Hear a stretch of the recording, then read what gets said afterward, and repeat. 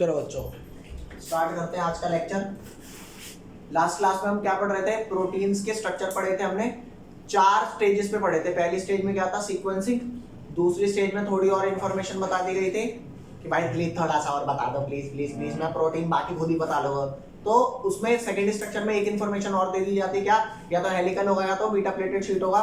3 degree में overall folding बता देते हैं और 4 डिग्री में पोजीशन, हाँ, उनकी with respect to each other कौन कहाँ है ये वाली बात भी बता देते हैं। समझ गए ना? तो रिलेटिव पोजीशन बता देते हैं। अब नेक्स्ट एक टॉपिक आता है आपका, प्रोटीन से ही रिलेटेड है, डीनेचुरेशन ऑफ प्रोटीन। क्या है भाई?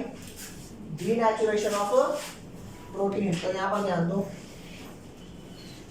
डीनेचुरेशन ऑफ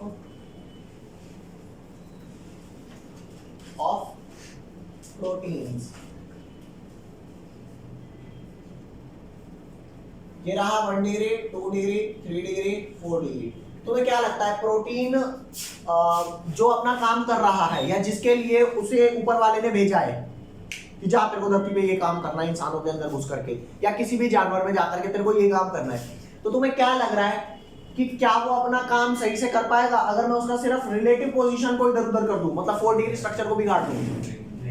वो काम नहीं कर पाया। आपने प्रोटीन के अगर ये सारे 4 डिग्री तक स्ट्रक्चर इंटैक्ट नहीं है तो प्रोटीन बुरा मान जाएगा, वो काम नहीं करेगा। तो प्रोटीन का जो भी नेचर है, जो भी कैरेक्टरिस्टिक है, जो काम करने के लिए उसे बनाया गया है, वो डिस्टर्ब हो जाएगा अगर 4 डिग्री बिगाड़ दिया। तो इसका मतलब तो ये है ना कि अगर 3 डिग्री बिगाड़ दिया फिर तो भाई साहब मतलब ही नहीं बनता, 2 डिग्री बिगाड़ दिया तो और मतलब नहीं बनता। और मैंने बोला है डीनेचुरेशन ऑफ प्रोटीन करना है, प्रोटीन को तोड़ के अमीनो एसिड्स में नहीं डाल देना।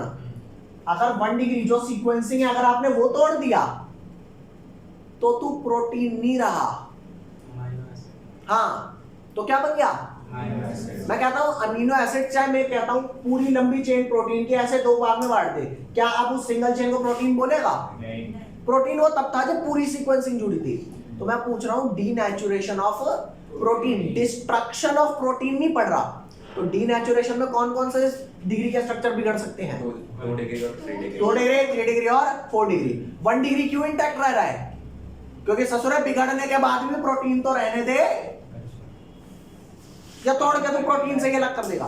काम करने लायक। हाँ, समझ गए भाई?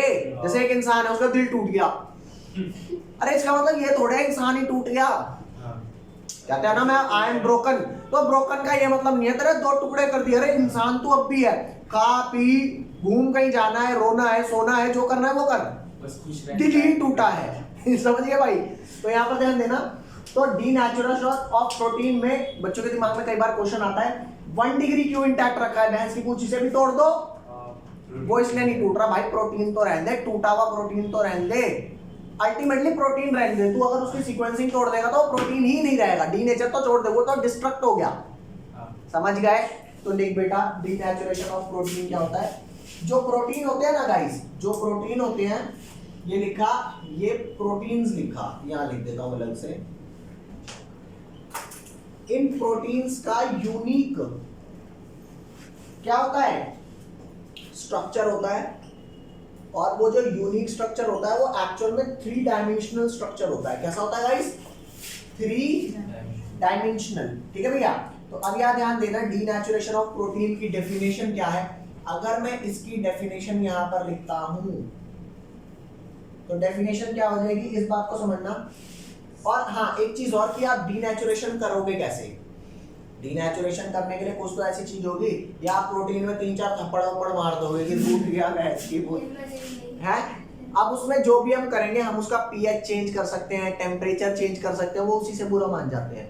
ये 4 डिग्री को चेंज से डीनेचुरेशन होगा, 4 से भी होगा, 3 से भी होगा, 2 से भी होगा। 1 को तोड़ दोगे तो प्रोटीन ही नाश पिटेगा। ठीक है भैया? तो यहाँ लिखना डेफिनेशन क्या है, slight change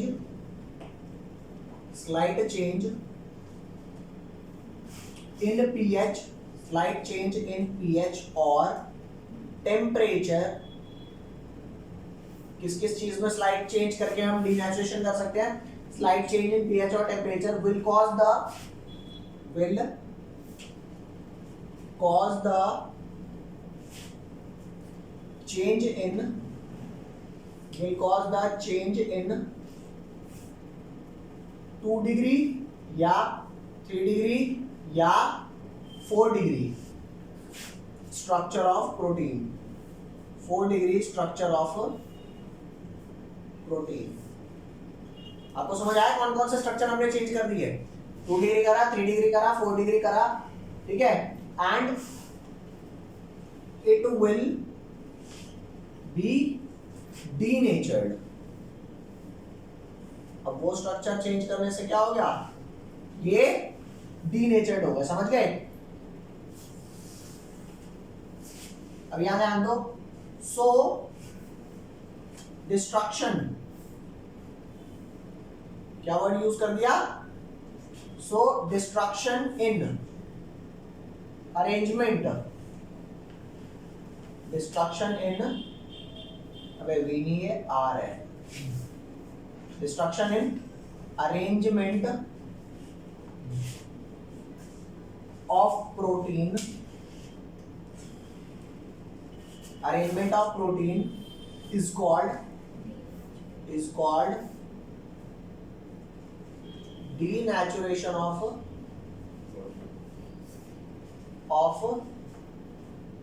protein, denaturation of protein। अब denaturation of protein होता क्या है?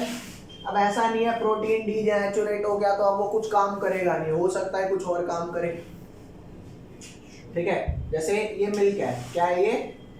मिल्क है इस डब्बे में, आप इसमें क्या डाल दो? Lemon, curding of milk. हाँ, कर्डिंग ऑफ मिल्क भी उसका डीनेचुरेशन होता है। लेमन डालने से क्या होगा? दूध फट जाएगा, वो क्या बन जाएगा? लेमन डाल दिया आपने मिल्क में, now it become paneer. Paneer को इंग्लिश में क्या बोलते हैं? कॉटेज चीज, पनीर ही बोलते हैं, सही है। कॉटेज, ऐसा भी होता पड़ी। चलो कोई नहीं, पनीर ही सही है यार, ठीक है भैया। नेक्स्ट, आप मिल्क में क्या डाल दो? आप मिल्क के अंदर क्या डाल दो गाइस? दही। तो वो फाइनली क्या बन जाएगा? दही। समझ रहे हो? यस। ठीक है भाई, वो कहते हैं ना एक छोटी सी मछली, गंदी मछली पूरे तालाब को गंदा कर देती है, तो ये थोड़ा सा दही पूरे मिल्क को क्या कर देता है? दही बना देता है। लेकिन दही तो मजा आता है ना खाने में, अरे पनीर भी मजा आता है, वाह वाह वाह, तुमने दूध फाड़ के क्या बना दिया, समझ रहे हो भाई साहब? चलो इसको लिखो, फटाफट लिखो इसे जल्दी से। ये प्रोटीन हमारा खत्म हो गया, ठीक है भाई।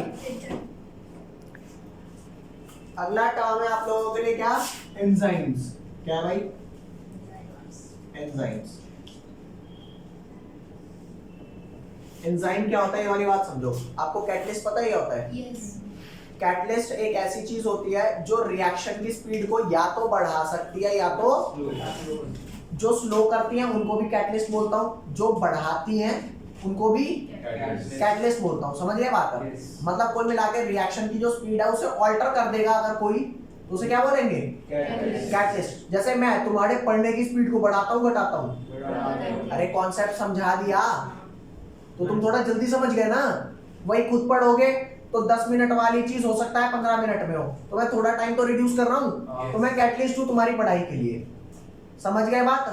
अगर मैं तुम्हारी पढ़ाई को स्लो करता, जैसे मैं नहीं करता, तुम्हारे फ्रेंड्स करते हैं, एक दिन का चैप्टर होता है वो सोच रहा 2 दिन में होता है, कहीं ले गया घुमाने, तो वो भी कैटलिस्ट है, ठीक है भाई। तो कुल मिला के एंजाइम क्या होते हैं? एंजाइम भी वही चीज होती है जो रेट ऑफ रिएक्शन को क्या करती है? फास्ट करती है या स्लो कर सकती है। लेकिन कैटलिस्ट जब वही कर रहा था तो मेरे को एंजाइम नया नाम देने की क्या जरूरत पड़ी? मैं बताता हूँ। एंजाइम्स वर्ड यूज होता है किसी लिविंग चीज के लिए।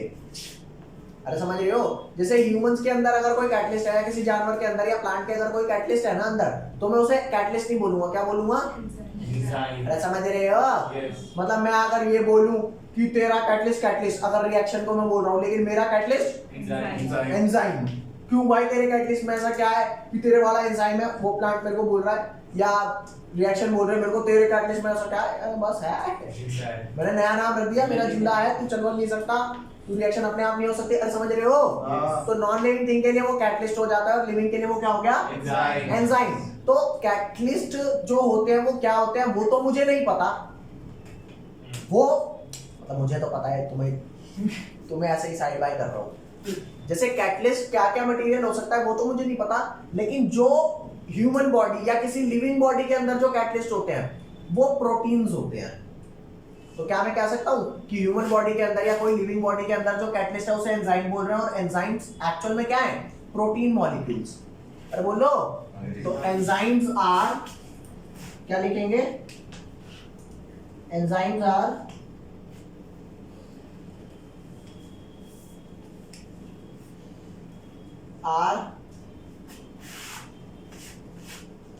Proteins only, nothing else. Nothing else तुम अलग से लगा लेना, ठीक है? यहां पे मैं क्या लिखवा रहा हूं? एंजाइम्स क्या होते हैं? प्रोटीन्स ही होते हैं। these are also called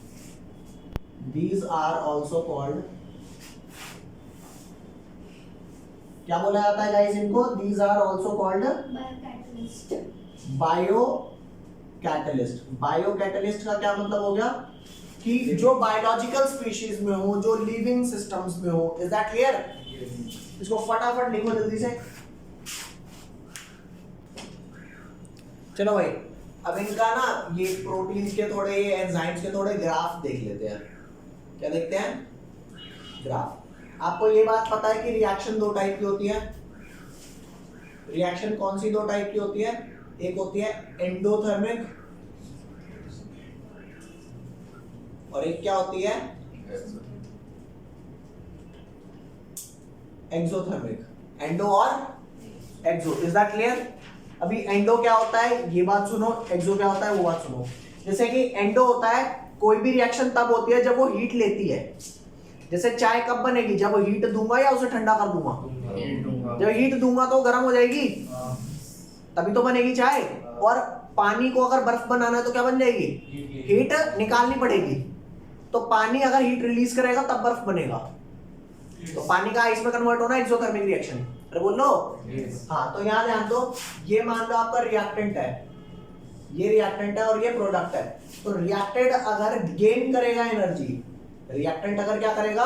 gain. मैं कहता हूँ रिएक्टेंट के पास कुछ एक्स एनर्जी है और प्रोडक्ट के पास कुछ वाई है, ठीक है? तो अगर रिएक्टेंट ने गेन करा है तो कौन एनर्जी बड़ी होगी, एक्स या वाई? वाई। काका, रिएक्टेंट ने एनर्जी गेन करी है, एक्स पे जितनी गेन करी थी, एक्स ने जितनी गेन करी थी तब जाके कन्वर्ट हुआ है वाई में।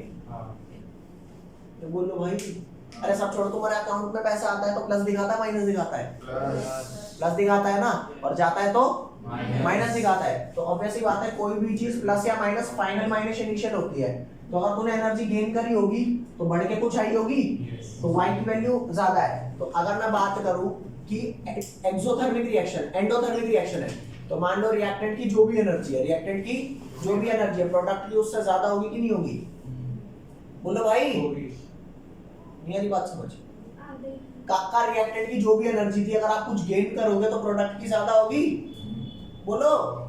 और अगर एक्सोथर्मिक रिएक्शन है तो रिएक्टेंट की जो एनर्जी होगी प्रोडक्ट की उससे कम नहीं होगी। यार ये बात नहीं समझ में आ रही तुम्हारे? बोलो, मेरी बात दोबारा सुनो। अगर आपने एनर्जी गेन करी है रिएक्टेंट ने तो प्रोडक्ट की ज्यादा होगी, अगर रिएक्टेंट ने लूज करा है तो प्रोडक्ट की। तो समझ में आ रहा है ना कि ये एंडोथर्मिक है और ये? Is that clear? अब आपको एक चीज बताता हूं, ये आपका ग्राफ हुआ एंडो के लिए और ये ग्राफ हुआ एक्सो के लिए। एक्स एक्सिस पे क्या है, वाई एक्सिस पे क्या है? फॉर द टाइमिंग इसे छोड़ दो, वाई एक्सिस पे वैसे एनर्जी है, दोनों के ही वाई एक्सिस पे क्या है? एनर्जी है। ये एनर्जी का एक्सिस है। अब यहां ध्यान दो, तुम्हें पता है रिएक्टेंट कभी भी डायरेक्टली प्रोडक्ट में कन्वर्ट नहीं होता। रिएक्टेंट कभी भी डायरेक्टली कन्वर्ट प्रोडक्ट में नहीं होता। हर रिएक्टेंट पहले कन्वर्ट होता है एक इंटरमीडिएट में। किसमें? इंटरमीडिएट का पता है क्या मतलब होता है? अब मान करके चलो कोई आप बड़ा काम करते हो तो उसमें प्रॉफिट होगा, प्रॉफिट भी हो सकता है, लॉस भी हो सकता है। तो अगर प्रॉफिट होना हो तो कोई यूं तो नहीं कह सकता यार मैं गाड़ियों का शोरूम लगा रहा हूँ, 100 करोड़ की इन्वेस्टमेंट है भाई, फायदा हर साल मिला करेगा बढ़िया। तो यूं तो नहीं कह सकता ये ले भाई तू मान ले मैंने पैसा लगाया, मान ले प्रॉफिट मिला, प्रॉफिट वाला पार्ट मुझे दे दे, ऐसा हो सकता है क्या? नहीं। तो यहाँ पर ध्यान दो, रिएक्टेंट जो होता है ना वो सबसे पहले उस वाली एनर्जी को अचीव करता है जो इंटरमीडिएट को बनाने के लिए चाहिए। अब अगर उसने गेन ज्यादा किया और लूज कम किया तो अल्टीमेटली गेन हुआ या लॉस हुआ? अल्टीमेटली, अरे बोल लो भाई, नहीं बात समझ। मैं कहता हूं एनर्जी गेन ज्यादा करी इंटरमीडिएट बनाने के लिए। अब इंटरमीडिएट की एनर्जी सबसे ज्यादा होती है रिएक्टेंट से भी और प्रोडक्ट से भी, चाहे रिएक्शन आपकी एंडो हो चाहे आपकी एक्सो में। कभी ऐसा नहीं होता कि अच्छा तुम्हारे से कम एनर्जी होगी तब प्रोडक्ट आएगा, डायरेक्ट लूज कर दो, नहीं, कभी भी डायरेक्ट लूज क्या बनेगा? इंटरमीडिएट तो बनेगा ही बनेगा, इसकी फॉर्मेशन को रोका नहीं जा सकता। लूज कर रहा है तो नीचे नहीं जाना चाहिए। अरे लूज कर रहा है तो कर रहा है, अल्टीमेटली देख गेन कम हुआ, लूज अल्टीमेटली लूज हो गया ना। लेकिन कभी ऐसा नहीं होता कि डायरेक्ट उतना गेन कर लो डायरेक्ट उतना लूज कर लो। 100% पढ़ के, जैसे मान लो मैंने तुम्हारे को इतना पढ़ाया तो मैक्सिमम हो सकता है आपने एब्जॉर्ब इतना किया होगा, क्या ये हो सकता है पढ़ाया ही इतना लेकिन नॉलेज ज्यादा हो गई? या तो तुमने थोड़ा और एक्स्ट्रा एफर्ट्स मारे होंगे, लेकिन आज मैं आपको जितना ज्ञान दे करके भेजूं आपको ज्यादा मिल जाएगा उससे, विदाउट डूइंग एनी रिसर्च। ये बात तो ट्रू है कि बच्चों में दिमाग होता है, बिल्कुल होता है, वो और अच्छा कर सकते हैं, लेकिन थोड़ा रिसर्च तो करेंगे उस काम पे, फिर तभी तो और ज्यादा ज्ञान लाएंगे। वरना पढ़ा के इतना भेजूंगा तो या तो इतना एब्जॉर्ब होगा या इतना या इतना या इतना, पूरा तो मैक्सिमम पूरा हो सकता है। तो वही चीज है, किसी भी रिएक्टेंट की या तो प्रोडक्ट की एनर्जी ज्यादा होगी या प्रोडक्ट की एनर्जी कम होगी, लेकिन आपको वो मैक्सिमम लेवल अचीव करना ही पड़ेगा जितना इंटरमीडिएट बनाने के लिए चाहिए। अगर आपने गेन ज्यादा किया लॉस कम किया तो अल्टीमेटली क्या हो गया? This much amount gain. और अगर आपने गेन कम किया और लूज ज्यादा कर दिया तो अल्टीमेटली क्या हो गया? दिस मच अमाउंट लॉस हो गया। Is that clear? अरे भाई नहीं आ रही क्या समझ? ये ग्राफ, क्योंकि आप लोगों ने केमिकल काइनेटिक्स चैप्टर अभी नहीं पढ़ा तो इसलिए आपको अभी अगर समझ लोगे तो वहां पे समझने की जरूरत नहीं पड़ेगी। समझ रहे हो बात को? तो यहां पर ध्यान देना, इंटरमीडिएट तो बनेगा ही बनेगा, उतनी एनर्जी तो रिएक्टेंट को चाहिए ही चाहिए, ठीक है? तब जा करके या तो वो कम एनर्जी लूज करके एंडोथर्मिक बनाएगा या ज्यादा एनर्जी लूज करके एक्सोथर्मिक बनाएगा। इज दैट क्लियर और नॉट? कोई लोचा है यहां तक? अब तुम्हारे को एक बात बताता हूं, कैटलिस्ट क्या ऐसा करता है जिससे रेट ऑफ रिएक्शन फास्ट हो जाती है? अगर मैं पूछूं इजी क्या है, मान लो एक वेल है, आपको डायरेक्ट ऐसे रस्सी फेंक करके बाल्टी यूं करके पानी खींचना हो, वो आसान है या यहाँ पे एक पुली लगा दो उस पुली से खींचो? पुली से इजी है, चेक करके देख, काम दोनों में सेम हो रहा है, एक बाल्टी पानी खींचना है, आप ही को खींचना है, उसी वेल से खींचना है। अरे क्या बोलते हैं कुएं को? वेल ही बोलते हैं ना। हाँ, तो उसी कुएं में से खींचना है, लेकिन ये वाला प्रोसेस थोड़ा रिस्की है। हो सकता है तू ऐसे पानी खींचता खींचता उदी नीचे चला जाए, लेकिन अगर तूने बाल्टी ऐसे दूर से फेंक दी वहां पर और तू पीछे खड़ा है, हाथ मार के तेरे को हल्का सा झटका लगेगा, तू रस्सी छोड़ देगा, ये थोड़े, ये नहीं नहीं नहीं मैं जा रहा हूँ धीरे, ऐसे थोड़े होगा। मैं कहता हूँ कितना ही जोर का झटका लगा एकदम से वो कर देगा, वरना यहाँ पे तो हो सकता है तू करीब है तो तू गिर जाए। समझ लो बात को? तो सेम प्रोसेस पुली से इजी हो गया, विदाउट पुली क्या है? मुश्किल। तो पता है क्या होता है, जैसे मान करके जब कोई रिएक्शन है जिसमें रिएक्टेंट की ये एनर्जी है, प्रोडक्ट की ये एनर्जी है, तो ये इंटरमीडिएट की एनर्जी है, मानते हो? तो ये इंटरमीडिएट, ये रिएक्शन एक ऐसा पाथ फॉलो कर रही है जिसमें रिएक्टेंट को कम से कम कितनी एनर्जी गेन करनी पड़ेगी इंटरमीडिएट बनाने के लिए? इतनी। जब हम कैटलिस्ट यूज करते हैं तो पता है क्या होता है? कैटलिस्ट यूज करते हैं तो कैटलिस्ट एक ऐसा पाथ दे देता है रिएक्टेंट्स को कि उसकी इंटरमीडिएट बनाने वाली एनर्जी क्या हो जाती है? इंटरमीडिएट डैश, वो एनर्जी क्या हो जाती है? कैसे कम हो गई? मुझे नहीं पता, मुझे नहीं पता कैसे ये इंटरमीडिएट वाली एनर्जी कम हो गई। कैटलिस्ट ने एक ऐसा पाथ बता दिया रिएक्टेंट्स को कि भाई इस तरीके से मत करो, रिएक्शन को दूसरा मेथड बता रहा हूं, वो मेथड करो। रिएक्टेंट बोलेगा मेरे को क्या फायदा, मेरा प्रोडक्ट तो वही बनेगा, कहेगा सबसे फायदा है, यहाँ तुझे इन्वेस्टमेंट एनर्जी की इंटरमीडिएट बनाने के लिए ज्यादा करनी है, उस वाले पाथ में जो मैं बता रहा हूं तेरे को, जो सिर्फ मुझे पता है, तो मेरे बिना तू वो काम नहीं कर पाएगा, उसमें कम एनर्जी लगेगी। बदले में तुम्हें क्या चाहिए? नहीं नहीं मुझे कुछ नहीं चाहिए, फिर तू क्यों बता रहा है? ऐसे ही तेरा भला हो जाए। समझ गए? तो अब तुम मेरे को बताओ, कैटलिस्ट रेट ऑफ रिएक्शन कैसे फास्ट करता है? इंटरमीडिएट की एनर्जी को घटा के या रिएक्टेंट की एनर्जी को बढ़ा के? हाँ, ना वो रिएक्टेंट की एनर्जी को अफेक्ट करता है, ना वो प्रोडक्ट की एनर्जी को। समझ रहे हो? दोनों की एनर्जी उतनी रहती है। मैं तुम्हें एक छोटा सा एग्जांपल देता हूं। अगर तुम पढ़ो और एक केस तुम ना पढ़ो, बिल्कुल नकारा निकम्मे गधे के बच्चे, गधे का बच्चा भी थोड़ा काम करता है, वैसे एकदम नल्लो वाली जिंदगी बना लो, तो फ्यूचर कहाँ पे इजी होगा? फ्यूचर इजी कहाँ होगा आपका, कि कब लाइफ इजीली कट जाएगी? बिना कुछ सीखे या एकदम नल्लो की तरह घूम रहे हो, कहाँ इजी कटेगी लाइफ? क्या इजी कटेगी? अरे यार तू कैसा आदमी है, छोड़ो इस वाले एग्जांपल को डिलीट कर दो। लाइफ में बेवकूफ कब ज्यादा बनोगे? पढ़े लिखे रहोगे, नॉलेजेबल रहोगे, या नॉलेजेबल नहीं रहोगे? नॉलेजेबल नहीं रहोगे। हाँ, तो मुश्किल बन जाएगी ना। तो भाई ध्यान रखना, लाइफ में चाहे पढ़ो चाहे मत पढ़ो, चैलेंजेस आएंगे। अगर थोड़े नॉलेजेबल रहोगे तो उन चैलेंजेस से इजी पार हो जाओगे, नहीं रहोगे तो नहीं पार हो पाओगे ना इजीली। वही चीज है, कैटलिस्ट ने क्या किया? कैटलिस्ट ने ना रिएक्टेंट की एनर्जी चेंज करी ना प्रोडक्ट की, उनने सिंपल एक काम करा, क्या तरीका बदल दिया, सो दैट की इंटरमीडिएट की एनर्जी जो थी उसको अब कम कर दिया, तो रिएक्टेंट इजीली रिएक्ट कर पाएंगे, या वही दुविधा भी बनी रहेगी? अब इजीली कर पाएंगे। तो जो रिएक्टेंट, जो कैटलिस्ट रेट ऑफ रिएक्शन को फास्ट करते हैं ना, वो अल्टीमेटली कैसे फास्ट करते हैं? बाय रिड्यूसिंग द इंटरमीडिएट की एनर्जी, सो दैट की gap between reactant and intermediate की एनर्जी कम हो जाए।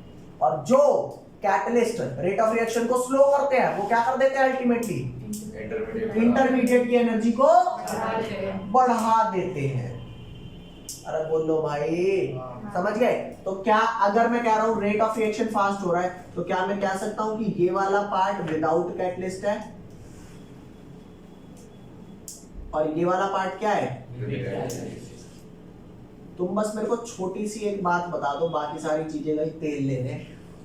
कैटलिस्ट ने किस चीज की एनर्जी बढ़ाई या घटाई, ये बात समझ चुकी हो? किस चीज की? अगर रेट ऑफ रिएक्शन फास्ट हो रहा है तो घटाई है, और अगर रेट ऑफ रिएक्शन स्लो होता है तो बढ़ाई है। और क्योंकि बायोलॉजी मतलब बायोलॉजिकल सब्सटेंस में जब कैटलिस्ट आता है तो एंजाइम बोलते हैं, तो ये ग्राफ एंजाइम के लिए है। ये हो गया विदाउट एंजाइम, ये हो गया if the reaction is getting faster. और अगर वो स्लोअर हो रही होगी तो ये विदाउट एंजाइम हो जाएगा, और वो वाला, अरे बात समझ रहे हो? नहीं आई समझ तो पूछ सकते हो, ठीक है? तसल्ली से देखो और इसे लिख लो। अब अगला last line, enzymes are very specific for a reaction. मतलब एंजाइम्स का जो रिएक्शन होती है ना, वो स्पेसिफिक होती है। जैसे माँ बाप बच्चों के लिए करते हैं, लेकिन स्पेसिफिक बच्चों के लिए करते हैं, सिर्फ अपने बच्चों के लिए। अरे मेहनत निभाई अपनी जिंदगी, वो आपके लिए डिवोट करते हैं ना। ये थोड़े किसी के भी बच्चों के लिए, आजा भाई तू भी मेरा बच्चा है, तू भी है, ऐसे तो फिर माँ बेचारे। तो मेरी बात सुनो, तो एंजाइम्स भी ऐसा ही है, वो स्पेसिफिक होते हैं। ऐसा नहीं कि कोई एंजाइम, जैसे माल्टेज है, माल्टेज हाइड्रोलिसिस करता है तो वो माल्टोज का करता है, यूरिया का नहीं करता।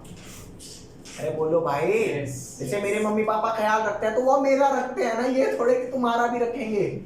भाई तुम उनकी तरफ से बढ़ में जाओ, समझे भाई? इसलिए पर्सनल मम्मी पापा होने चाहिए। तो भाई यहाँ ध्यान देना, enzymes are very specific for a particular.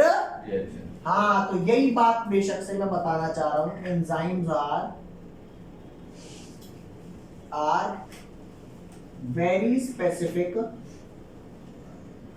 very specific, very specific for a particular क्यों बोल रहा हूं यहां पर, क्योंकि कोई भी एंजाइम किसी भी रिएक्शन के लिए काम नहीं करेगा। एक पर्टिकुलर एंजाइम एक पर्टिकुलर रिएक्शन के लिए ही काम करेगा। एग्जांपल मैंने आपको दे दिया, ठीक है भैया। अब लेफ्ट पार्ट मिटा दूं? यस भैया। चलो, तो बच्चों यहां ध्यान देना, माल्टोज को जो ब्रेक करेगा ग्लूकोज के अंदर, तो उसका नाम क्या होगा? माल्टेज। जो एंजाइम होता है उनके लास्ट में क्या लगता है? जैसे शुगर के लास्ट में ओज लगता था ना, एंजाइम के लास्ट में क्या लगता है? एज। और यूरिया को जो हाइड्रोलाइज करेगा, इसको जो हाइड्रोलाइज करेगा वो क्या होगा? यूरेज, नहीं यूरिएज। अरे बोलो भाई। जो सुक्रोज को हाइड्रोलाइज करके ग्लूकोज और फ्रक्टोज देगा, क्या? ग्लूकोज और फ्रक्टोज देगा, वो कौन होगा? वो होगा इन्वर्टेज। अरे इन्वर्ट शुगर थी ना, तो यहां से नाम आया इन्वर्टेज। Is that clear? अरे बोल दो भाई। और भी एग्जांपल्स है, ठीक है। नेक्स्ट हेडिंग डालेंगे विटामिन्स। क्या हेडिंग है गाइस? विटामिन्स। जल्दी लिख लो बच्चों। विटामिन्स जो होता है ना, ये हमारा थर्ड बायोमोलिक्यूल है। हमने कौन कौन से अभी तक पढ़े हैं? एक पढ़ा है कार्बोहाइड्रेट, और एक क्या पढ़ा है? प्रोटीन्स पढ़ा है। पढ़ा है गाइस? नहीं पढ़ा? पढ़ा है। तो जो भी रिसर्चर थे वो पहले ये सोचते थे, इन्होंने विटामिन्स का नाम विटामिन्स क्यों रखा, इसकी छोटी सी बात बता देता हूँ। विटामिन्स को पहले सोचते थे ये कुछ हमारी बॉडी को जो चाहिए होते हैं वाइटल अमीन्स होते हैं। वाइटल अमीन्स का मतलब क्या? ऐसे सब्सटेंस जो अमीन ग्रुप कंटेन करते हैं, और वो काफी इंपॉर्टेंट होते हैं हमारी बॉडी के लिए। लेकिन बाद में विटामिन्स का जैसा नेचर हुआ करता था ना, वैसा सिर्फ अमीन्स ग्रुप के पास भी कुछ और ग्रुप्स भी होते थे। कौन से होते थे ये बात अभी हमें नहीं बताई जा रही, ठीक है। तो उन्होंने वाइटल अमीन्स से इसका नाम रखा विटामिन्स, नाम रखा। लेकिन इनको नाम ही अच्छा लगा, ओ विटामिन, ठीक है। तो इन्होंने बाद में कहा कि यार ये वाइटल अमीन्स तो नहीं होते सारे के सारे। जैसे कार्बोहाइड्रेट के केस में हुआ था, हाइड्रेट्स ऑफ कार्बन सोचा गया था, लेकिन हाइड्रेट्स ऑफ कार्बन नहीं। लेकिन नाम उन्होंने कार्बोहाइड्रेट ही रख दिया। अरे बोलो। ऐसे ही तो हमारे देश के साथ भी हुआ था। वो 26 जनवरी 26 जनवरी, हाँ या पता नहीं कौन, 26 जनवरी 19, जब भी उन्होंने ये मान लिया था कि देश आजाद हो गया, लेकिन हुआ थोड़े था, वो तो पहले हो गया। अरे मतलब 15 अगस्त हुआ, तो फिर उन्होंने कहा 26 जनवरी को भी हम क्या करेंगे, एक इम्पोर्टेंट डे मनाएंगे। अब ऐसे थोड़े पेश कर सकते हैं उसको। भैया 26 नवंबर को बनाते हैं, उससे 2 साल पहले कॉन्स्टिट्यूशन बन गया था, बट उसके 1 साल बाद उससे जब उसको अप्लाई किया पूरे उस पे, तब जाके छोड़ो भैया वाइटल अमीन्स, छोड़ो वाइटल अमीन्स पे आ जाओ। गलत टॉपिक उठा लिया मैंने, इसलिए कह सकते हैं इतिहास का पता ना हो तो ज्यादा वो नहीं करना चाहिए, ठीक है। वाइटल अमीन्स का तो पता है ना हमको, हाँ। ये माना गया था ये अमीन्स इंपॉर्टेंट होते हैं, लेकिन बाद में पता लगा जैसा इनका कैरेक्टरिस्टिक है वैसा ही और कंपाउंड का भी है, लेकिन उनमें अमीन ग्रुप नहीं है और ऐसा सेम कैरेक्टरिस्टिक के हैं। तो बाद में इन्होंने कहा कि वाइटल अमीन से जो नाम विटामिन्स आया था, अरे बोलो, उसे रहने देते हैं, ठीक है भाई। हाँ।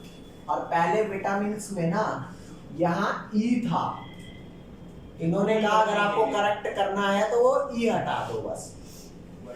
ये मेरे घर की बनाई हुई स्टोरी है क्या, ऐसे ही कुछ भी पैपा कर रहा है। वाइटल अमीन्स में विटामिन्स था, ES था, उन्होंने कहा अब अमीन्स नहीं रहा तो ई हटा दो बस, तो नाम विटामिन्स अच्छा है, ठीक है भैया। तो लिखो क्या होता है विटामिन्स, क्या होता है? These are organic compounds, क्या होते हैं ये? These are organic compounds which human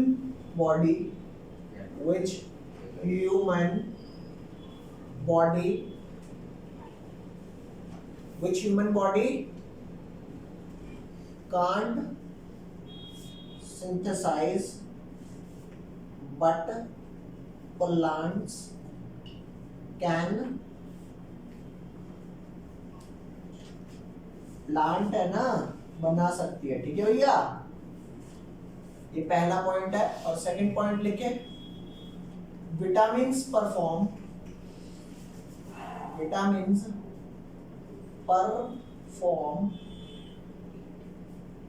very important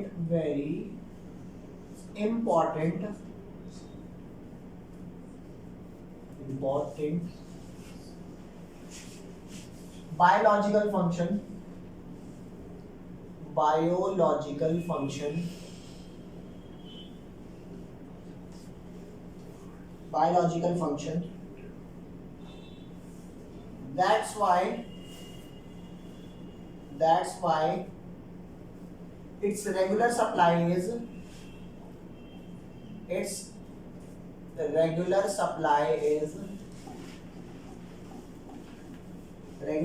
is important with the diet।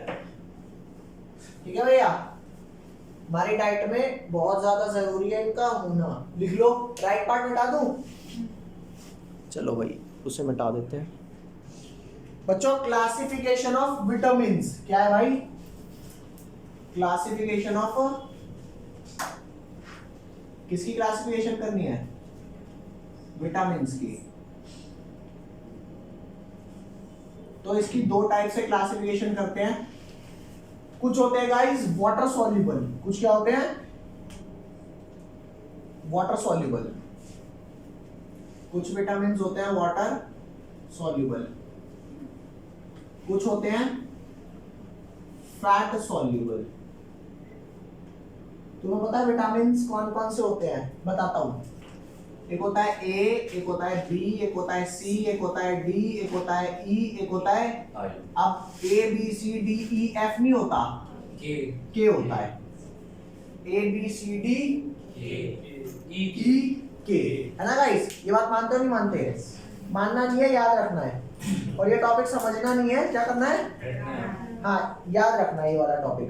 अब कुछ विटामिन्स होते हैं वाटर सॉल्युबल, सस्ती चीज में सॉल्युबल हो जाते हैं, और कुछ होते हैं हाँ फैट में घी चाहिए उनको।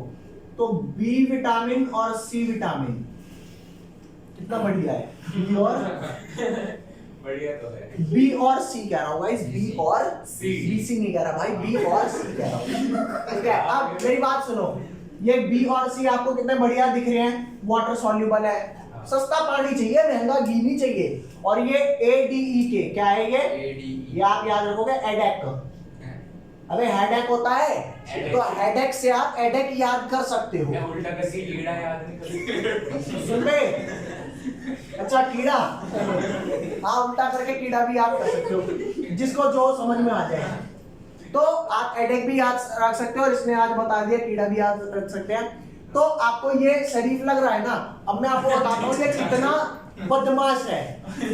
As its name suggests, ये वाटर सॉल्युबल है ना? ओए मेरी बात सुन, शोर कम मचा यार। ये वाटर सॉल्युबल है ना, ये थ्रू यूरिन एक्सक्रीट आउट, मतलब एक्सक्रीट क्या, ये आउट होता रहता है फ्रॉम बॉडी। जितना पानी पियोगे उतना बी और सी निकल जाएगा। और पानी पियो, यही होता है। बहुत ज्यादा पानी पीना भी, तुम्हें आज तक नहीं किसी ने बताया होगा, बहुत ज्यादा पानी, कोई कहता है ना खूब पानी पीना चाहिए। पानी तभी पीना चाहिए जब प्यास लगे, फालतू पानी नहीं पीना चाहिए। अब तुम कहोगे फिर ये बात क्या है कि खूब पानी पीना चाहिए? काम इतना करो कि प्यास बार बार लगे, लेकिन विदाउट नीड पानी नहीं पीना चाहिए। किडनी को एक्स्ट्रा काम करना पड़ता है, एक्स्ट्रा, और बी और सी निकलते रहते हैं। किडनी को भी काम ज्यादा करना है, बी और सी का लॉस भी झेल रहा है। पता चला प्यास लग रही है नहीं, डॉक्टर ने बोला पानी पीने को, पता चला आधे टाइम तो तू भाई बाथरूम में ही घुसा हुआ है। यार सच्ची में, समझ रहे हो? काम ऐसा करो कि प्यास लगे। काम ऐसा करो तब उससे पानी जाएगा, वो हार्मफुल नहीं है। लेकिन बिना मतलब भाई साहब पानी पिए जा रहे हैं तो बी और सी का लॉस हो रहा है। तो क्योंकि बी और सी यूरिनेट हो जाते हैं ना, तो इनकी regular supply in our diet जरूरी है। इनकी रेगुलर सप्लाई नहीं है, ये फैट लॉस नहीं होता। समझ गए बात? तो इस वाली बात को लिख लो, मैं ये बात आपको समझा देता हूं। वाटर सॉल्युबल है, that's why excreted out through urine. ठीक है भैया? अरे बोलो। सो मस्ट बी रेगुलरली सप्लाइड। क्या होना चाहिए? रेगुलरली हाँ सप्लाई होना चाहिए। एग्जाम्पल मैंने लिखवाई दिया। ठीक है भैया? विटामिन बी और विटामिन सी। ये वाला क्या है? वाटर इनसॉल्युबल है। अरे बोलो भाई। अब भाई फैट सॉल्युबल है तो वाटर क्या हुआ? Insoluble. So don't be excreted या डोंट बी क्या लिखेंगे? So can't be excreted. हाँ क्या सही can't be excreted। ठीक है भैया? So it is not mandatory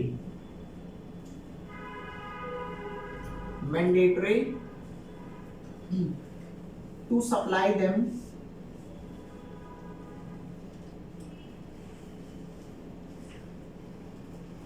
regularly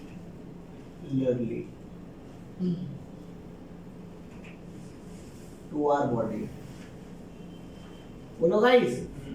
अब कुछ विटामिन की डेफिशिएंसी से कुछ दिक्कतें होती हैं हमारी बॉडी में, नहीं होगी तो उनके डेफिशिएंसी से क्या कॉज होता है ये देखना है। लेफ्ट वाला पोर्शन मिटा रहा हूं।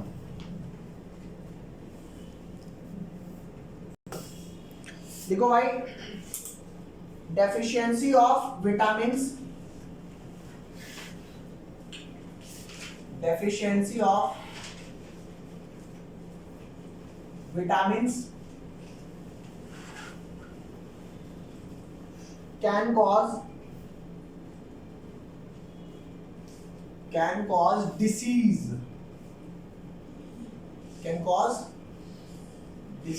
in our Disease. मैंने क्या बोला? डिजीज अरे ऑक्सफोर्ड गरीबों से केमिस्ट्री होनी रही, इंग्लिश सुधारनी है। इंग्लिश सुधार रही। जाओ ऊपर चलो भाई, ठीक है भैया? अब भाई यहाँ ध्यान देना, deficiency of vitamin can cause disease.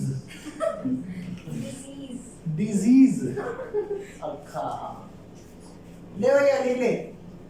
ए की डेफिशिएंसी, ओए ये डेफिशिएंसी से बता रहा हूँ, ए से क्या होता है? ए से होती है नाइट ब्लाइंडनेस। क्या होती है गाइस? Night blindness. अबे कोई लोचा? बी से क्या होता है? ध्यान देना, बी से दो है, एक B6 से होता है और एक B12 से होता है। B6 से होता है कन्वर्जन। हर जगह कन्वर्जन का मतलब होता है गाइस चक्कर आना। अरे तभी ऊपर चक्कर आना। ठीक है भाई? चक्कर आना गाइस, कन्वर्जन। ऐसे सर घूमता है ना, तो घूमता आदमी गिर जाता है। ठीक है भाई? नेक्स्ट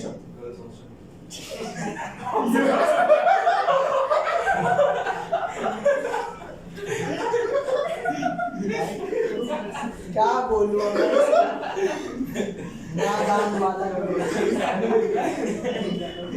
विटामिन B12 से होता है डेफिशिएंसी ऑफ, हाँ डेफिशिएंसी ऑफ हीमोग्लोबिन। और हीमोग्लोबिन कम होगा तो क्या होगा गाइस?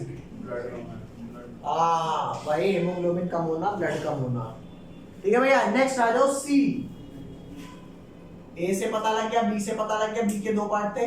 सी पर आ जाओ भाई। सी से क्या होता है? Bleeding from gums. Bleeding from gums from gums. अरे यार इतनी इंग्लिश तो आती होगी यार। मसूड़े स्कर्वी। क्या? नहीं आती। स्कर्वी स्कर्वी क्या होता है? पता नहीं, शायद इसीलिए कहते हैं। नेक्स्ट किसी को नहीं आता। अच्छा बच्चों मेरी भी बात सुनो। तुम्हें ये तो पता है ना कि मजबूत हड्डियों के लिए विटामिन डी सन से मिलता है, यस यस। है ना? Yes. बोलो। यस हाँ, सुन रहे हो नहीं सुन रहे? सुन रहे हैं। हाँ, इसलिए जो लोग धूप में कम काम करते हैं या बिल्कुल नहीं काम करते, बिल्कुल एसी में बैठे रहते हैं, तो उससे हड्डियां कमजोर होती हैं। ये सच्ची बात है।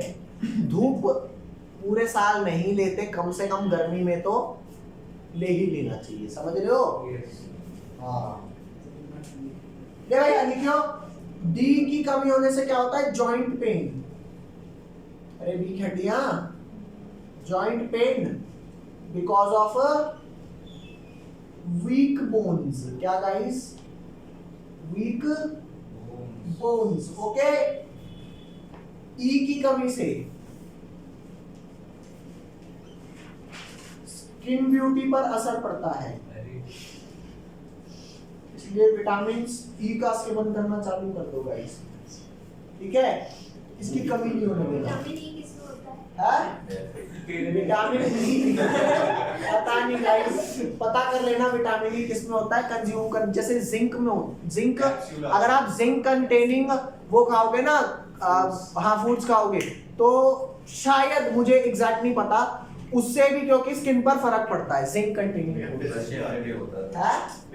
इसको सब किया है। अरे यार वो फायदेमंद नहीं होती। स्कर्वी डिजीज का नाम है। हाँ, और नेक्स्ट आ जाता है के। विटामिन के से क्या होता है? Weak muscle. अरे मैं ये बता रहा हूँ, ये ना हो तो क्या होते हैं, ये हो तो नहीं, ना हो तो क्या? हाँ, वीक मसल्स। ओके गाइस, पता है यही सब जानकारी रख करके जो प्रोटीन पाउडर वगैरह बनाए जाते हैं ना खाने के लिए, अगर बंदा प्रोटीन पाउडर यूज कर रहा है ना, रेगुलर जिम कर रहा है, प्रोटीन पाउडर के साथ और भी कुछ सप्लीमेंट्स आते हैं, तो भाई बॉडी अच्छी भी दिखती है, बढ़िया भी दिखती है। समझ रही हो? समझ रही हो? और ब्यूटी भी आ जाती है। हाँ, तो पार्लर गए बिना आप एक्सरसाइज करो, प्रोटीन पाउडर खाओ और सप्लीमेंट खाओ, भाई बढ़िया दिखोगे एकदम। समझ गए? पार्लर नहीं जाना। लिखो। नेक्स्ट टॉपिक आता है बच्चों, क्या? न्यूक्लिक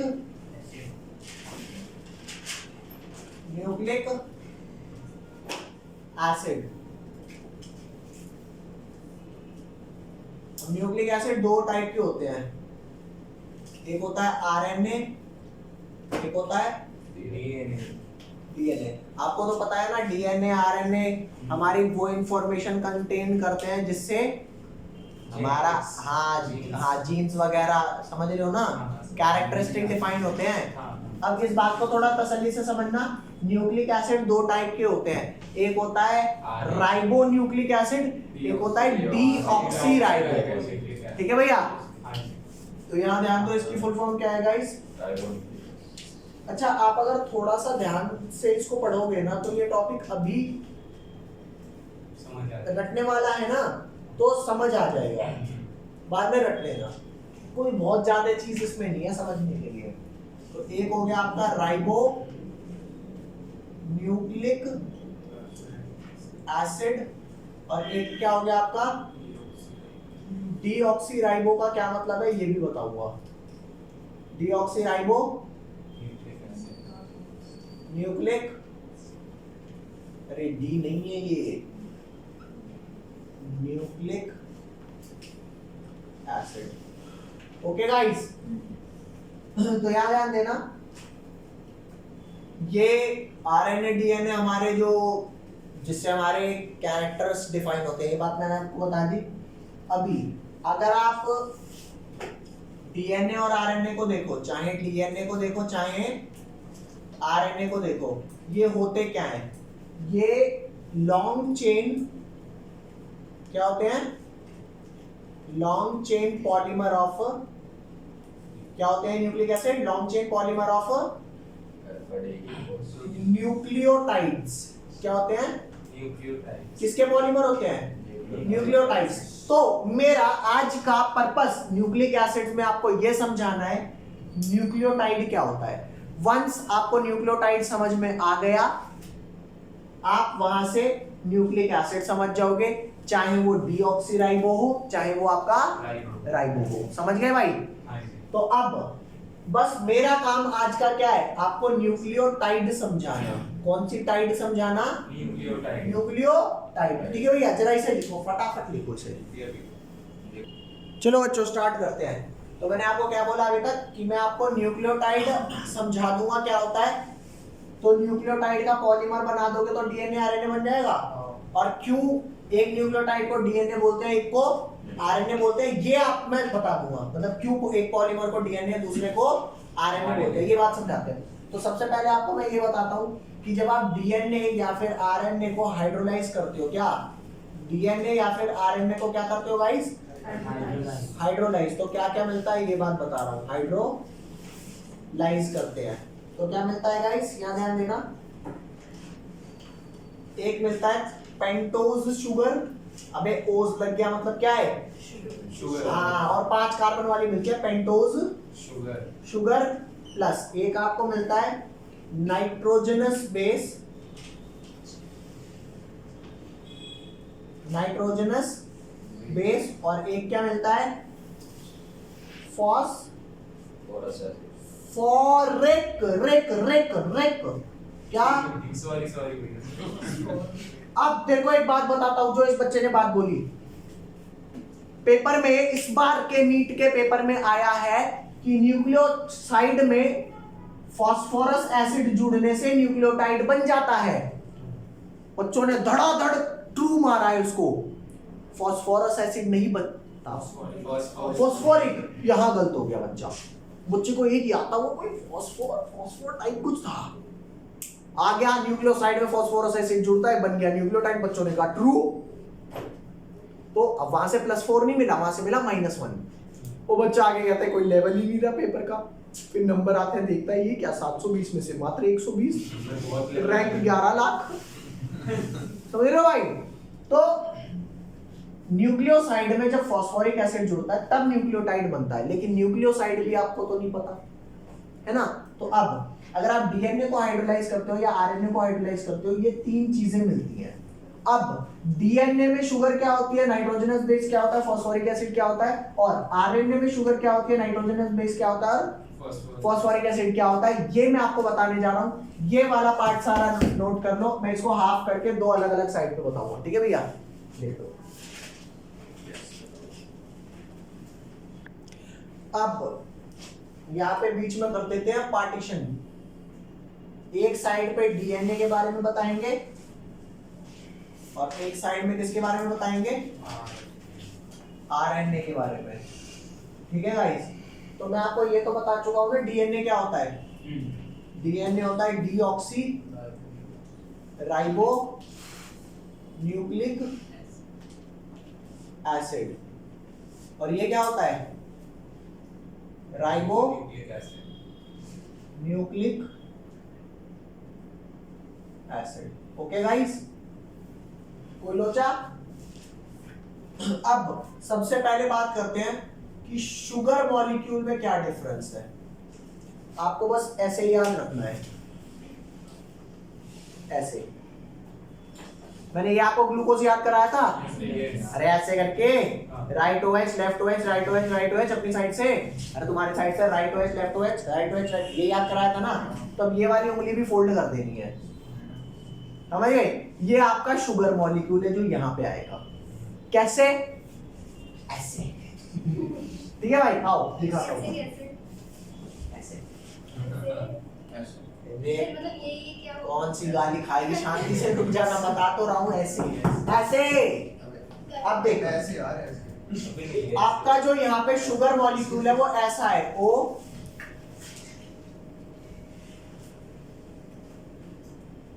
ये 1 2 3 4, ठीक है भाई। और यहाँ ध्यान दो, अब मैंने क्या बोला, ऐसे ना, यस, मतलब पहले और चौथे कार्बन पे OH ऊपर उसमें नीचे और 2 पे नीचे। हाँ, समझ गए।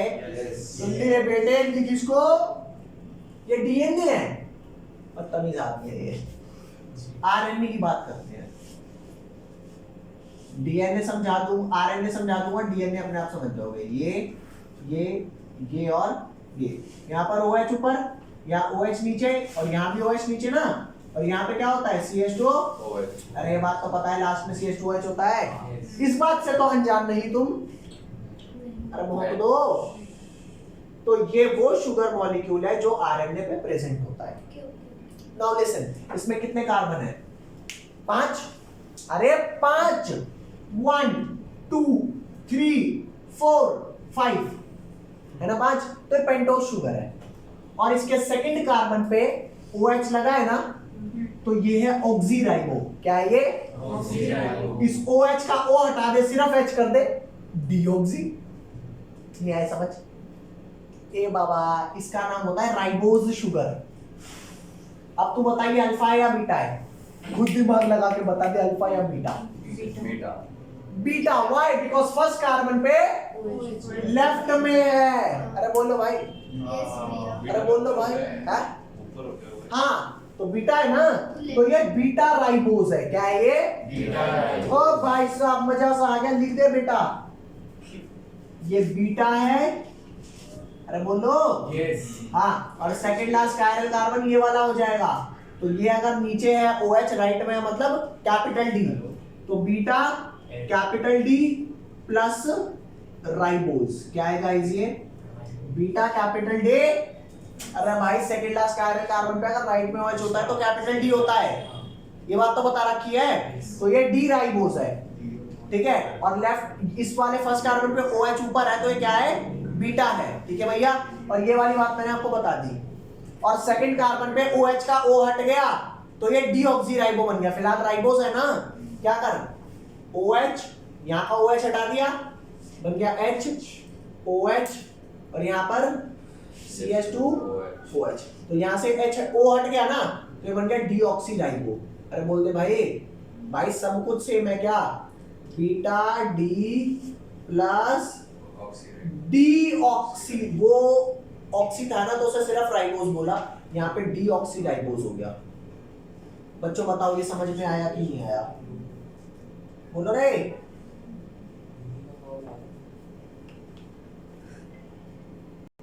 अगला क्या है बच्चों? शुगर मॉलिक्यूल समझ गए दोनों में क्या क्या डिफरेंस है? अगला क्या समझेंगे? नाइट्रोजनस बेस के बारे में। नाइट्रोजनस अबे कौन सा बेस? बेस कर रहे हो। देख भाई, डीएनए में कौन से नाइट्रोजनस बेस होते हैं और आरएनए में कौन से होते हैं, ये बता रहा हूं। ये वाला पार्ट तो खत्म हो गया ना गाइस, ये वाला पार्ट खत्म शुगर वाला। डीएनए में आजा, 4 टाइप के बेस हैं। एक का नाम है एडेनिन, एक का नाम है गुआनिन, एक का नाम है साइटोसिन, एक का नाम है थाइमिन। इसको बोलते हैं ए, इसको बोलते हैं जी, इसको बोलते हैं सी, इसको बोलते हैं एडेनिन, गुआनिन, साइटोसिन और थाइमिन। आरएनए में ये पहले 3 सेम है। कौन से? ए सेम है, जी सेम है, सी सेम है, और टी की जगह यू है। यू कौन है? यूरेसिल। अरे यार, मतलब इनके थोड़े स्ट्रक्चर का फर्क होगा ना, कि एक को यूरेसिल नाम दे दिया, एक को, बाकी 3, अरे बाकी 3 हाँ, और ये वाला अलग है। समझ गए? बोलो लिख दो। लास्ट में भाई आपने नाइट्रोजनस बेस भी देख लिया दोनों में। लास्ट में फॉस्फोरिक एसिड यहां भी है अबे कौन सा एसिड है? फॉस्फोरिक एसिड, ठीक है। और यहाँ पे भी क्या है? तो ये तीसरा पार्ट दोनों में सेम है, no difference in it. Okay guys, guys बोलो गाइस, ठीक है। तो ये डिफरेंस था इनमें। अच्छा, अब मैं आपको कराने क्या जा रहा हूँ, थोड़ा सा एक आइडिया दे देता हूँ, यहाँ ध्यान देना। ये तो आपको पता लग गया ना, उसमें शुगर कौन है, इसमें शुगर कौन है। तो दोनों में शुगर का फर्क है नहीं है, एक में राइबोज शुगर है, एक में डीऑक्सीराइबोज शुगर है, और दोनों में बीटा डी प्लस है। वहां पे नाइट्रोजनस बेस में सिर्फ थाइमिन का फर्क है, यहाँ पे यूरासिल है, बाकी तीन बेस सेम है। और फास्फोरिक एसिड का घंटा कोई फर्क नहीं है, ठीक है भैया। तो अब यहाँ ध्यान देना, ये आपकी एक वर्ड होता है न्यूक्लियोसाइड। क्या वर्ड होता है? न्यूक्लियोसाइड। और एक वर्ड होता है न्यूक्लियोसाइड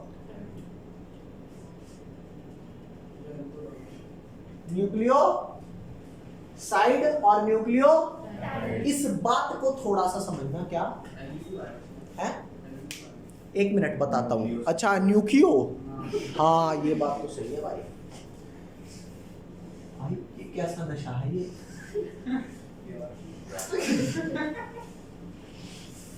न्यूक्लियोसाइड, ठीक है भैया। न्यूक्लियोसाइड में दो ग्रुप्स जुड़ते हैं। न्यूक्लियोसाइड में कौन कौन से ग्रुप जुड़ते हैं? एक शुगर प्लस एक नाइट्रोजनस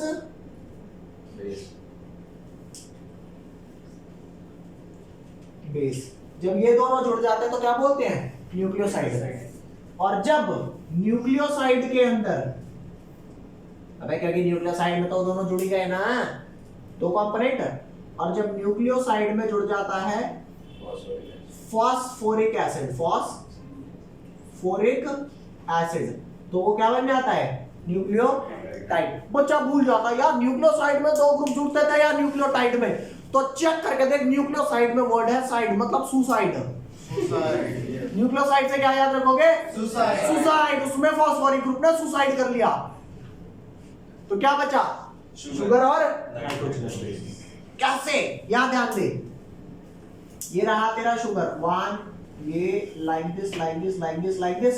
इसके फर्स्ट कार्बन है ना ये काका, ये फर्स्ट कार्बन है, ये सेकंड है, ये थर्ड है, और ये फोर्थ है। और इसके ऊपर क्या लगा हुआ है? CH2OH। ये वाला कार्बन कौन सा है? फिफ्थ। तो फर्स्ट कार्बन पे अगर आपने यहां जोड़ दिया बेस मॉलिक्यूल, कौन सा बेस मॉलिक्यूल? Nitrogenous base. तो ये क्या बन गया? न्यूक्लियोसाइड। अरे बोल दे। और इसी न्यूक्लियोसाइड के पांचवें वाले कार्बन पे अगर तूने जोड़ दिया फॉस्फोरिक एसिड,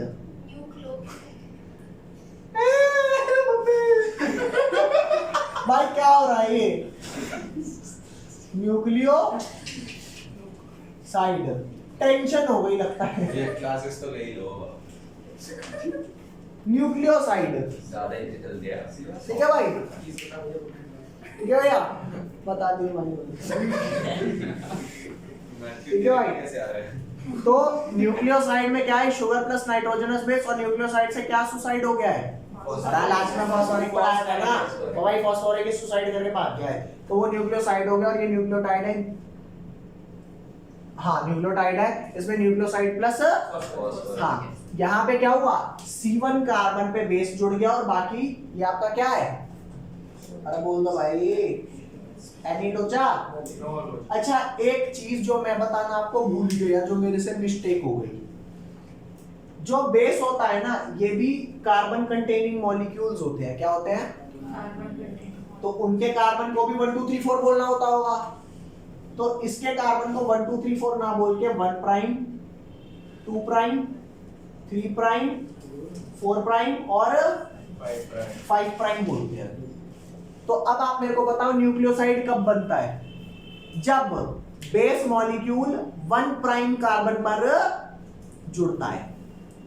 तो अब मैं 1 प्राइम बोल रहा हूं, तो आप कभी मत पूछना शुगर या क्या। शुगर का कार्बन सारे 1 प्राइम 2 प्राइम है, और बेस के कार्बन सारे 1 2 3 4 5 6 ऐसे हैं। समझ गए? हाँ, तो ये आपका हो गया। और न्यूक्लियोसाइड प्लस फॉस्फोरिक एसिड कैसे होता है? न्यूक्लियोसाइड का 5 प्राइम कार्बन पे क्या ऐड होना चाहिए? Phosphoric acid group. अरे बोलो, 5 प्राइम कार्बन पे फॉस्फोरिक एसिड ग्रुप होना चाहिए। वो क्या बन जाएगा आपका? न्यूक्लियोटाइड। Is that clear? अरे बोलो भाई, वो अब मैं जोड़ करके बताता हूं कैसे बनता है, इसको लिख लो, बाकी पूरा ये मिटा रहा हूं।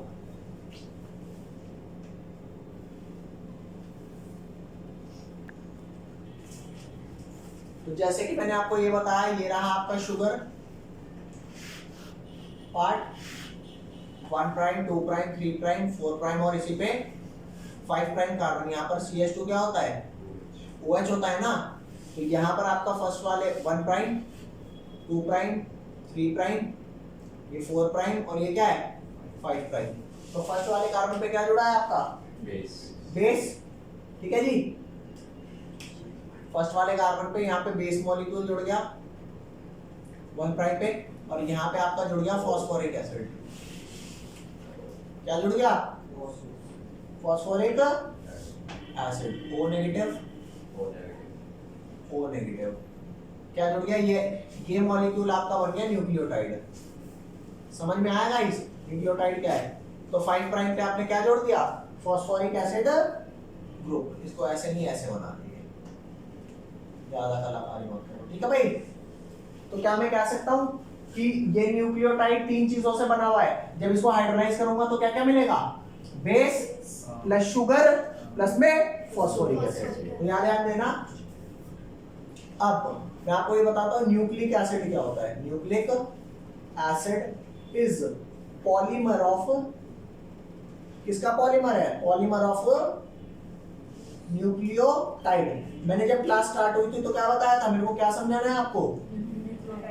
एक न्यूक्लियोटाइड दूसरे न्यूक्लियोटाइड से जुड़ेगा, वो अगला न्यूक्लियोटाइड अगले न्यूक्लियोटाइड से जुड़ेगा, तो ऐसे dinucleotide, trinucleotide, tetra, ऐसे करते करते पॉली न्यूक्लियोटाइड बन जाएगा। तो कुल मिला के न्यूक्लिक एसिड क्या होता है? Polymer of nucleotide. It means nucleic acid क्या होता है? Poly nucleotide. Is that clear guys? बोलो जी, ये वाली बात लिख लो। अब मैं आपको इनको थोड़ा जोड़ करके दिखा देता हूं कि ये जुड़ते कैसे हैं, ठीक है भैया? अरे जोड़ के दिखा दूं, आओ इन्हें जोड़ के दिखा देता हूं। यहाँ पे स्ट्रक्चर बता रहा हूं मैं आपको ना, एक न्यूक्लियोटाइड को दूसरे से जोड़ के दिखा दूंगा, उसी प्रोसेस को रिपीट कर लेना। तो मैं आपको एक न्यूक्लियोटाइड को डाई न्यूक्लियोटाइड बनते हुए दिखा रहा हूं कि एक को एक से जोड़ा तो क्या बन गया? Dinucleotide. एक और से जुड़ेगा तो क्या बन जाएगा? Trinucleotide. ऐसे ही बहुत सारों से जुड़ गया तो पॉली न्यूक्लियोटाइड। तो आपको समझ गया ना डीएनए और आरएनए क्या होता है? पॉली न्यूक्लियोटाइड्स होते हैं। Is that clear? चलो यहां पर मैं बनाता हूं एक शुगर मॉलिक्यूल,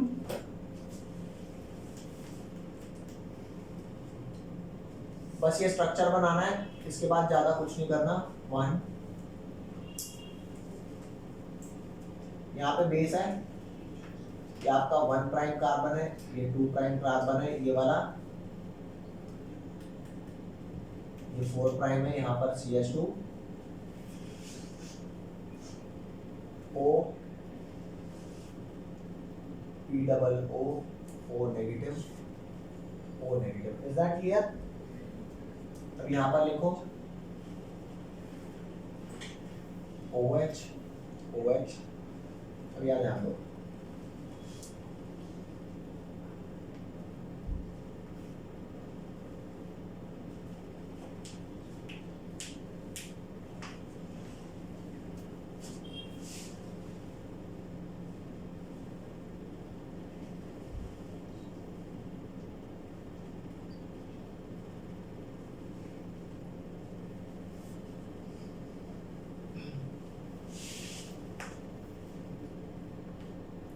बाकी जहां पर ये नहीं है आप HH पूरे लगा सकते हो, ठीक है गाइस?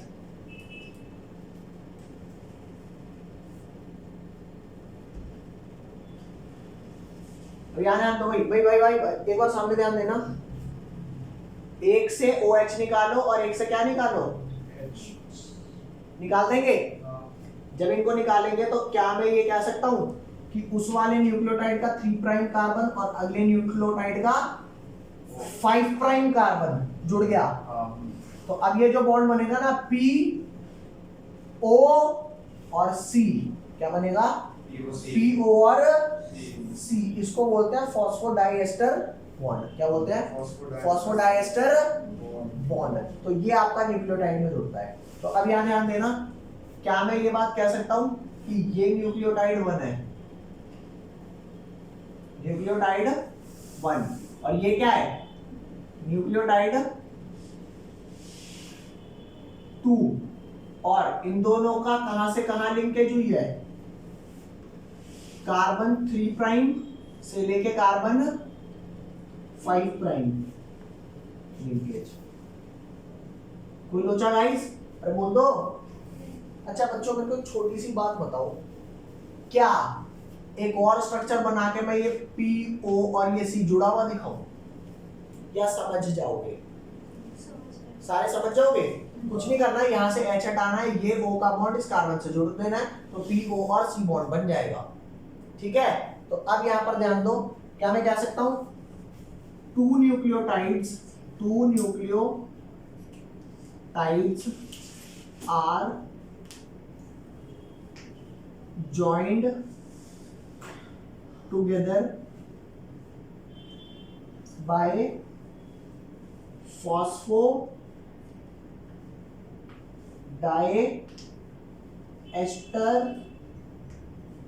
linkage। बच्चों एक छोटे से क्वेश्चन का आंसर करना, जो शुगर मॉलिक्यूल हुआ करते थे आपके, जो शुगर मॉलिक्यूल होते थे वो कौन से बॉन्ड से जुड़ते थे, ग्लाइकोसिडिक लिंकेज। प्रोटीन के अमीनो एसिड किससे जुड़ते थे, पेप्टाइड लिंकेज। और न्यूक्लियोटाइड किससे जुड़ते हैं, फॉस्फोडाइएस्टर लिंकेज। तो ये 3 लिंकेज आपको पता होनी चाहिए मैच करने के लिए, फिल इन द ब्लैंक के लिए, ऑप्शन वाइज आपसे कुछ भी पूछ सकता है। ठीक है भैया, तो ये वाला पॉइंट आपका इंपॉर्टेंट है। अब इस बात को समझो, ये शुगर है, शुगर पे क्या लगा हुआ है, बेस, और बेस से क्या लगा हुआ है, फॉस्फोरिक एसिड। ठीक है भैया, उसके बाद एक और क्या है, शुगर, और शुगर से क्या लगा हुआ है, बेस, और शुगर से यहां भी क्या लगा हुआ है, फॉस्फोरिक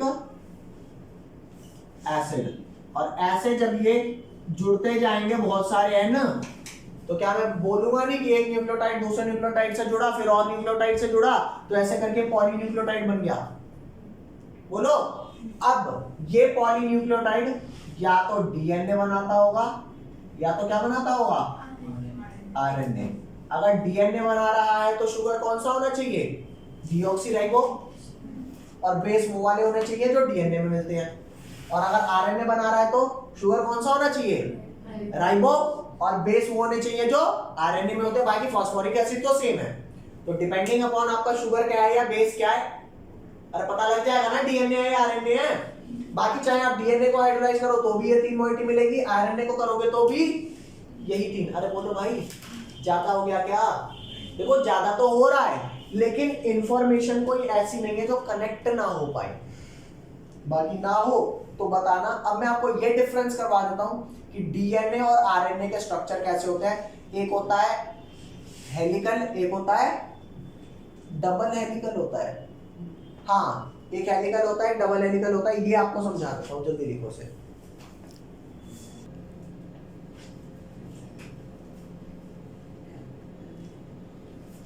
अब डीएनए और आरएनए के स्ट्रक्चर में फर्क बता रहा हूं क्या होता है। भाई डीएनए का क्या होता है बताऊं, ऐसा स्ट्रक्चर होता है। देखो, डीएनए का होता है डबल स्ट्रैंडेड, और आरएनए का क्या होता है, सिंगल स्ट्रैंडेड। बता रहा हूं, जैसे अगर आप एक पतली सी रस्सी ले लो, एक तो ये होता है कि एक रस्सी को दूसरी रस्सी लेकर के डबल कर दो, या फिर एक होता है एक सिंगल रस्सी है, यार मैं तो अकेली हूं, मैं कैसे डबल हूं, तो भाई खुद ही में फोल्ड हो जा। नहीं आई बात समझ? अरे बोलो, अकेला इंसान कैसे डबल हो सकता है, खुद ही में फोल्ड हो जा। अरे बोलो, वरना 2 डबल स्ट्रैंड। तो यहां ध्यान देना, अगर एक ऐसा है और दूसरा ऐसा नहीं बनाना। कैसा? ऐसा। अरे यार, एक ऐसा बनाया दूसरा ऐसा, ये गलत है।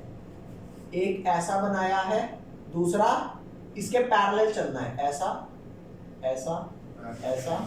यही बात समझ। ये दो अलग अलग हैं, समझ रहे हो? ये एक स्ट्रैंड है, ये दूसरी स्ट्रैंड है, और दोनों मिला के डबल स्ट्रैंडेड स्ट्रक्चर है। और जबकि आरएनए पता है कैसे डबल होता है? मैं कितना अकेला हूं, लेकिन कोई नहीं, मैं फिर भी डबल हो ही जाऊंगा। ठीक है भाई? तो ये डबल स्ट्रैंडेड नहीं है, ये सिंगल स्ट्रैंड ही डबल हो रही है, जबकि यहाँ पे डबल स्ट्रैंड है, तो इसको बोलते हैं डबल स्ट्रैंडेड